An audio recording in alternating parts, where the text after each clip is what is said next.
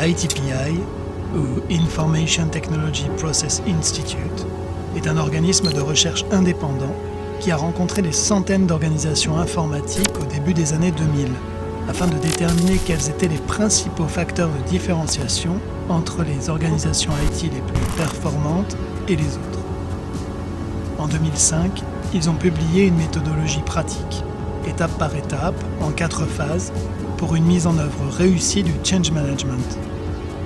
Dans cet épisode, on va se pencher sur la seconde phase. Avant la mise en œuvre de la phase 1, il y avait des changes non contrôlés et de nombreuses configurations différentes au sein de la production. Ces configurations doivent maintenant être inventoriées et analysées afin de déterminer comment en réduire le nombre, ce qui sera l'objectif de la phase 3. La deuxième phase se concentre sur la création et la maintenance d'un inventaire des actifs de production. Elle s'attaque au problème suivant. On ne sait pas par où s'y prendre pour commencer à construire une base de gestion de la configuration et un catalogue de services qui recense les services fournis par l'IT. On ne sait pas comment passer d'un savoir individuel à un savoir d'équipe.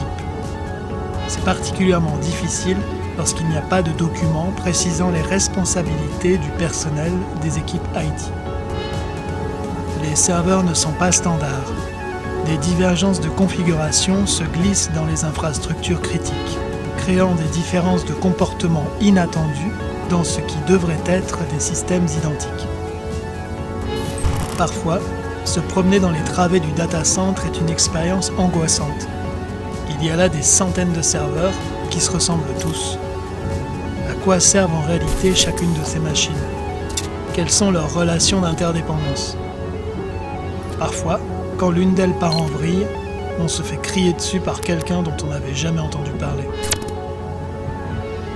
On va faire l'inventaire de tous les systèmes qu'on gère, puis on identifiera ceux qui engendrent le plus de travaux non planifiés. Quand on aura terminé cette phase, on saura exactement sur quel système on fera bosser l'équipe de Release Engineering lors de la phase suivante. Dans cette étape, on va faire exactement la même chose que ce que font les Rangers des grands parcs américains, du catch and release. Leur travail consiste à inventorier chaque animal dans les parcs nationaux, à les attraper, les peser, compter le nombre de pattes qu'ils ont, leur donner des noms, vérifier s'ils sont déjà enregistrés, etc. Notre objectif dans cette étape est d'inventorier toutes les machines du data center. Pour chaque machine trouvée, déterminer ce qui tourne dessus, quels services en dépendent, qui a autorité au niveau management, quel est leur niveau de fragilité, etc. Quand on essaie de trouver ce genre d'informations pendant un incident, ça se traduit souvent par beaucoup de stress et des coups de fil frénétiques en mode panique. On va faire cet inventaire pendant que tout est calme. Comme ça, les informations seront tout de suite disponibles en cas d'urgence. Lors de l'analyse des systèmes, posez les questions suivantes. Que fait cette machine? Quelle est la plateforme hardware? Quel est le système d'exploitation? Quelles applications y a-t-il dessus? Qui est responsable de la maintenance? Quels services supporte-t-elle? Qui est autorisé à y faire des changes? Que fait cette machine pour le métier? Qu'est-ce qui se passera quand cette machine cessera complètement de fonctionner? Qu'est-ce qui se passera si ses performances se dégradent fortement? Quel est le taux de réussite des changes pour cette machine? Est-elle fragile? Est-ce qu'on peut en construire une nouvelle si elle tombe en panne? Quelles sont ses dépendances? Quels autres systèmes dépendent de cette unité? Quels sont les changes planifiés et non planifiés qui ont été faits sur ce système? Quel est le nom de la machine? Est-il adapté à son rôle? Combien coûte une panne? En d'autres termes, quel est le coût par minute de coupure de service? Où cet actif se trouve-t-il physiquement? Y a-t-il quelque chose de bizarre avec cette machine? S'agit-il d'une plateforme standard au sein de l'organisation?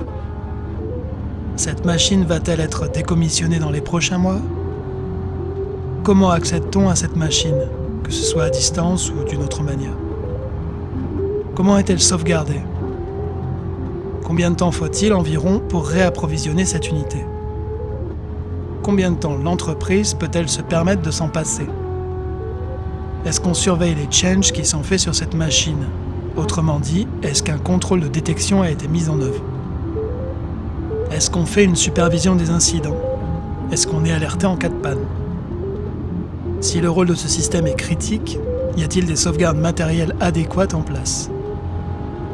Au cas où ce serait le cas, pourquoi est-ce qu'on a le sentiment que ce système est instable? Y a-t-il quelque chose qui nécessite une attention particulière sur cette machine? La collecte de ces informations peut sembler fastidieuse et vous pourriez être tenté d'affecter des profils juniors à ce projet. Ne faites pas cette erreur. L'objectif de cette étape est de capturer les informations connues seulement par les éléments les plus expérimentés. Dans la situation actuelle, les problèmes sont remontés au profil senior uniquement à cause de l'absence de documentation qui permettrait au profil junior de les résoudre. La plupart des data centers contiennent de nombreux systèmes considérés comme dangereusement fragiles. Au cours du travail de catch and release, ces systèmes fragiles doivent être étiquetés et traités comme tels. Les équipiers expérimentés savent généralement où se trouvent les systèmes fragiles, car ils les évitent instinctivement, sachant que si quelqu'un en regarde ne serait-ce qu'un de travers, il plantera et provoquera un terrible incident de production. Une fois qu'on a la liste des systèmes fragiles, on évite de faire des changes dessus. N'hésitez pas à utiliser des bannières de connexion ou des annonces pour transmettre un seul et même avertissement. Ne pas toucher. Et bien entendu, c'est sur ces systèmes qu'il faut mettre en place des contrôles de détection des modifs pour s'assurer que le processus de change management n'est pas contourné. En plus de son effet dissuasif, l'indication « ne pas toucher » a une valeur supplémentaire car elle peut nous permettre de prendre de meilleures décisions lors des réunions du CAB. N'y a-t-il pas un gain énorme à empêcher un change qui aurait entraîné 200 heures de travail non planifié? Les changes non contrôlés sur les systèmes les font dévier des standards. On peut déployer 1 millier de serveurs initialement identiques, mais lorsque leur configuration se met à dériver au fil du temps, ils deviennent comme des flocons de neige, chacun unique et impossible à reproduire. Il est absolument essentiel que pendant toute cette phase de catch and release, les systèmes inventoriés ne mutent pas en quelque chose d'autre. Pendant qu'on fait l'inventaire catch and release, il faut geler les configurations. Créer un mandat clair pour retarder le déploiement des nouvelles versions et les modifications des systèmes existants jusqu'à ce que le processus d'inventaire soit terminé. L'étape de catch and release doit être rapide. Il n'est pas réaliste d'interdire les changes pendant trop longtemps. Autorisez les modifications réellement urgentes et nécessaires lors des réunions du CAB, en vous assurant de bien capturer toutes les modifications des systèmes en cours d'inventaire. Une fois cette phase terminée, vous découvrirez que ce que vous avez ne correspond pas à ce que vous pensiez avoir. Les réactions typiques vont de « c'est bizarre, ça vient d'où ce truc ?» à « Houston, on a un problème ». La création et la gestion d'un inventaire des actifs sont essentielles au change management. L'inventaire des actifs, sous la forme d'une base de gestion des configurations, nous donne un point de référence sur ce que devrait être la configuration de l'infrastructure IT, ainsi qu'un registre des modifications apportées à l'infrastructure. L'identification des éléments les plus fragiles au sein de l'infrastructure IT est une étape cruciale. La gestion de la configuration et le change management sont les deux faces d'une même pièce, et l'un ne peut fonctionner sans l'autre. Les bénéfices générés dans cette phase sont les suivants. On a créé un catalogue de services qui documente les services les plus critiques qu'on gère. On a documenté ce que sont ces services et quels sont les systèmes qui les supportent. On a créé une base de gestion de la configuration, ou CMDB, qui illustre la correspondance entre les services et l'infrastructure, en montrant les relations entre tous les éléments de configuration.